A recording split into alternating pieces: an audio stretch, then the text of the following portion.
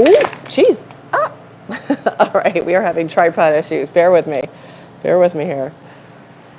Oh, I think we're still live. Pumpkin.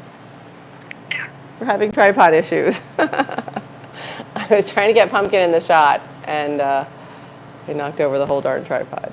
Okay, I think we're good. We have a new tripod. We should just set that up. I went to a photo show a couple weeks ago and bought a really good tripod that is weighted.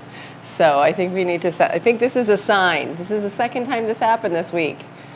I know. Yes. Can you believe that? Yes, I think it's time to get a new tripod. Get it out of the box. Do you ever have that when you have new technology or a new item and then you're afraid to take it out of the box? And it's been sitting there for 3 weeks. It's in the box. It's a beautiful tripod. I got it on sale at the show. Good morning, Art. So yeah, I think it's time. I think it's going to happen this weekend.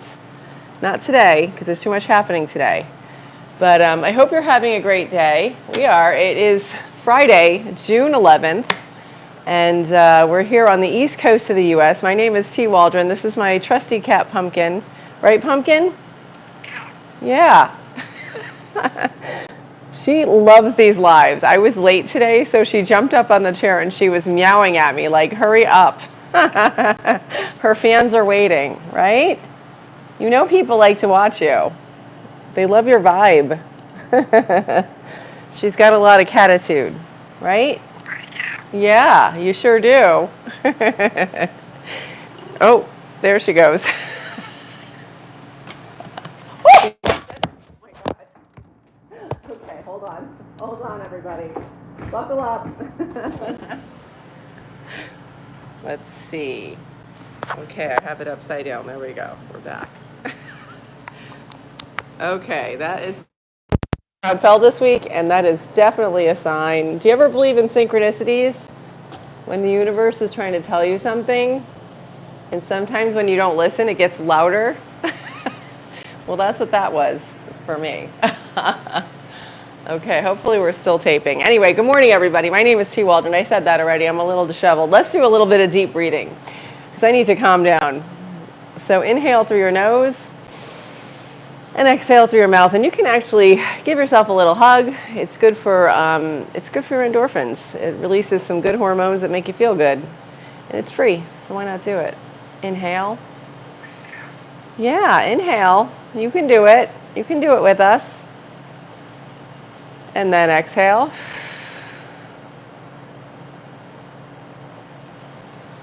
And inhale. And exhale. Very nice.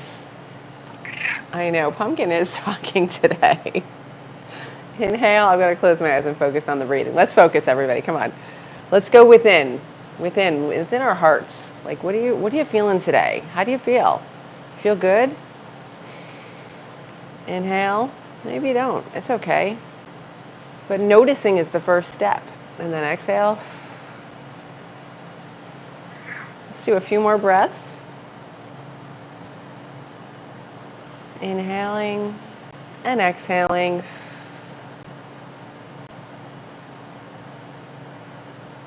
One more together. Inhale.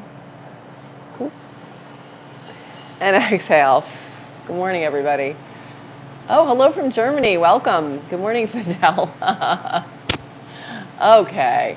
No, the cat just jumped off. She had enough of this deep breathing stuff. But I don't blame you, Pumpkin. It's not for everybody.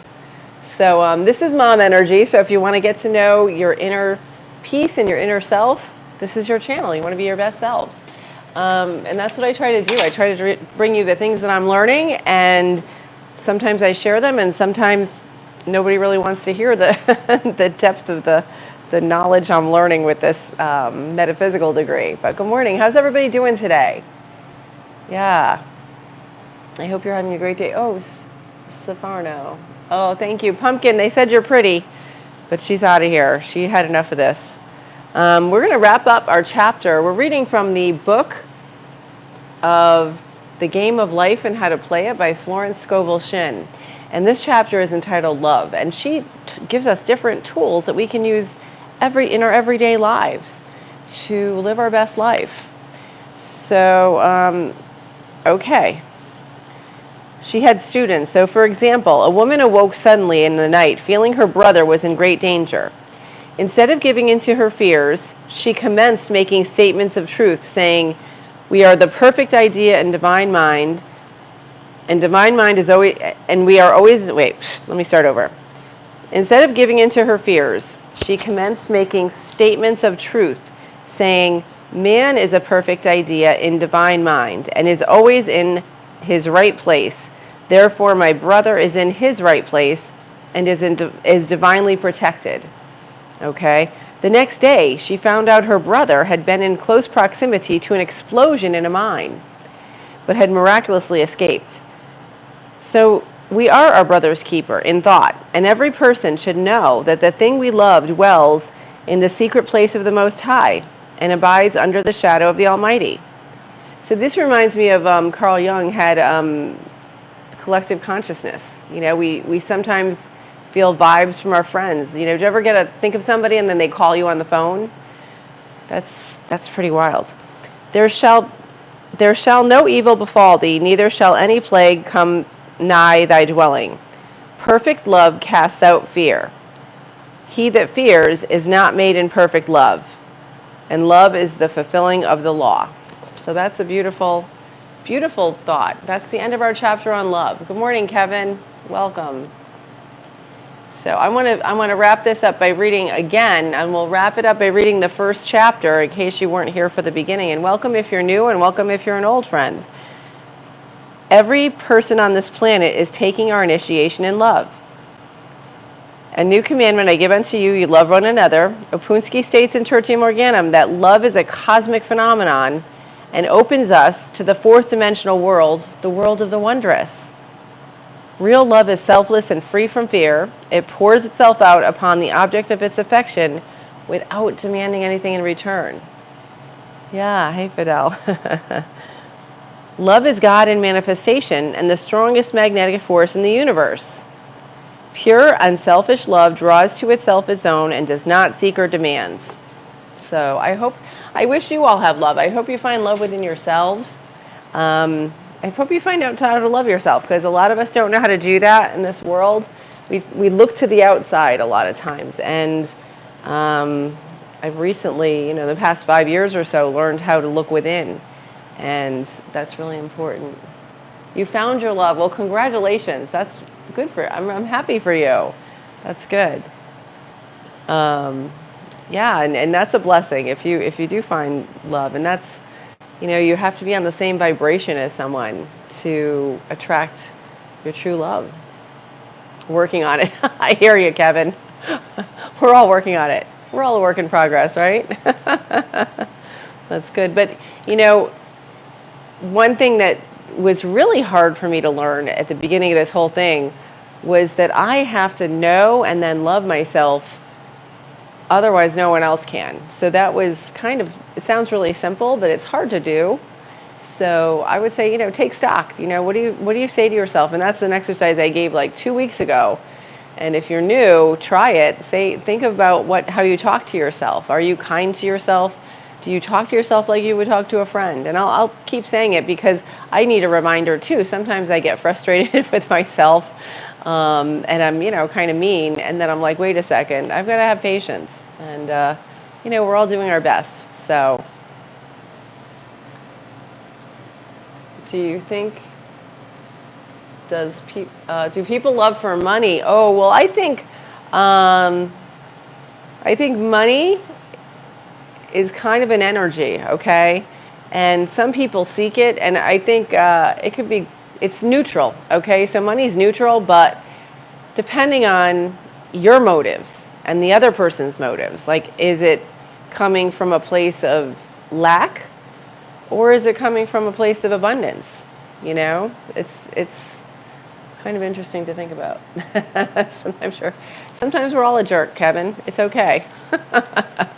You know what? The first step is realizing it. And I've got people that think I'm a jerk sometimes, and you know what? It depends. Sometimes they're right and I have to apologize.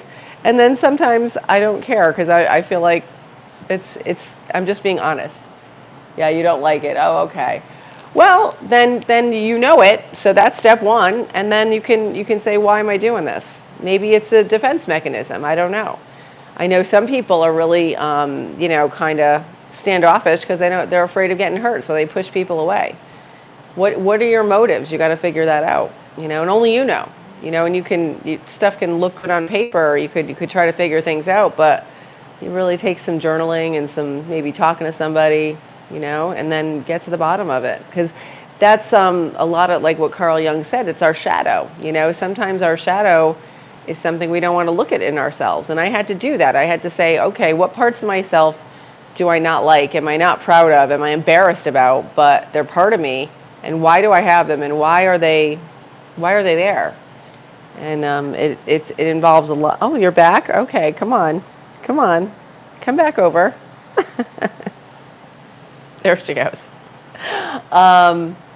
Yeah, sometimes we have to look at the parts of ourselves that we don't share with other people. And we've all got that. And say, why? What are they trying to tell me? What's this part of me trying to do? Yeah. Well, that was a good discussion today. Thank you, guys. I appreciate that. I appreciate the honesty and the depth. Yeah. I know I can be, well, you can be a bigger jerk than anyone else.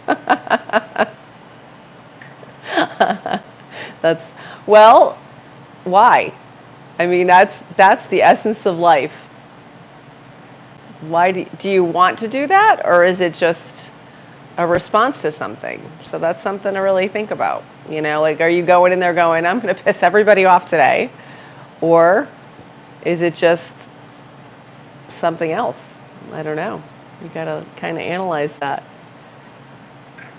I do know that I was a people pleaser, and I was always trying to not upset people, and at the risk of my own happiness and peace, and sometimes even like comfort of, oh, are you okay? Are you, and I kind of wish I had that, a little bit more of it. So maybe, it's all finding balance.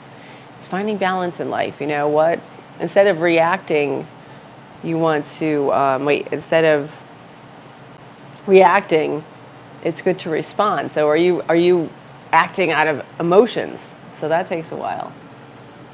I usually try to give what I get. Okay, so maybe it's a course of boundaries. Maybe people aren't respecting you, but also, I think too, and it's great that you're kind of thinking about this stuff. Sometimes your vibe, people might like. I noticed this when I take a walk in the morning. So I just got back, and I noticed that I used to have like just kind of a serious look on my face. I'd be thinking about stuff.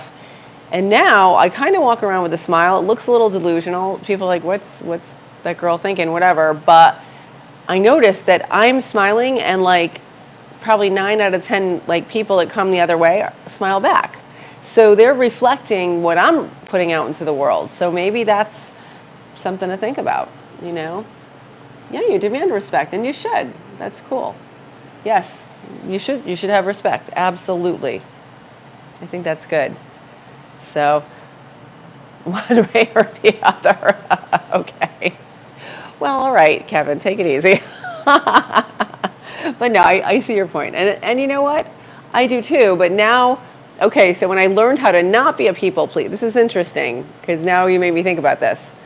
When I used to be a people pleaser, right? And then I switched into not taking any garbage, I overcorrected. So I was a jerk to everybody. Like I was like, you're not going to talk to me like that. Who do you think you, like I was horrible because I didn't know how to do it right? So I was kind of like, it's like when you go to the gym and you over exercise a muscle. I was, whatever. And so I was really, really rude to people. And I was met with respect, but also people gave me like, got the hell away.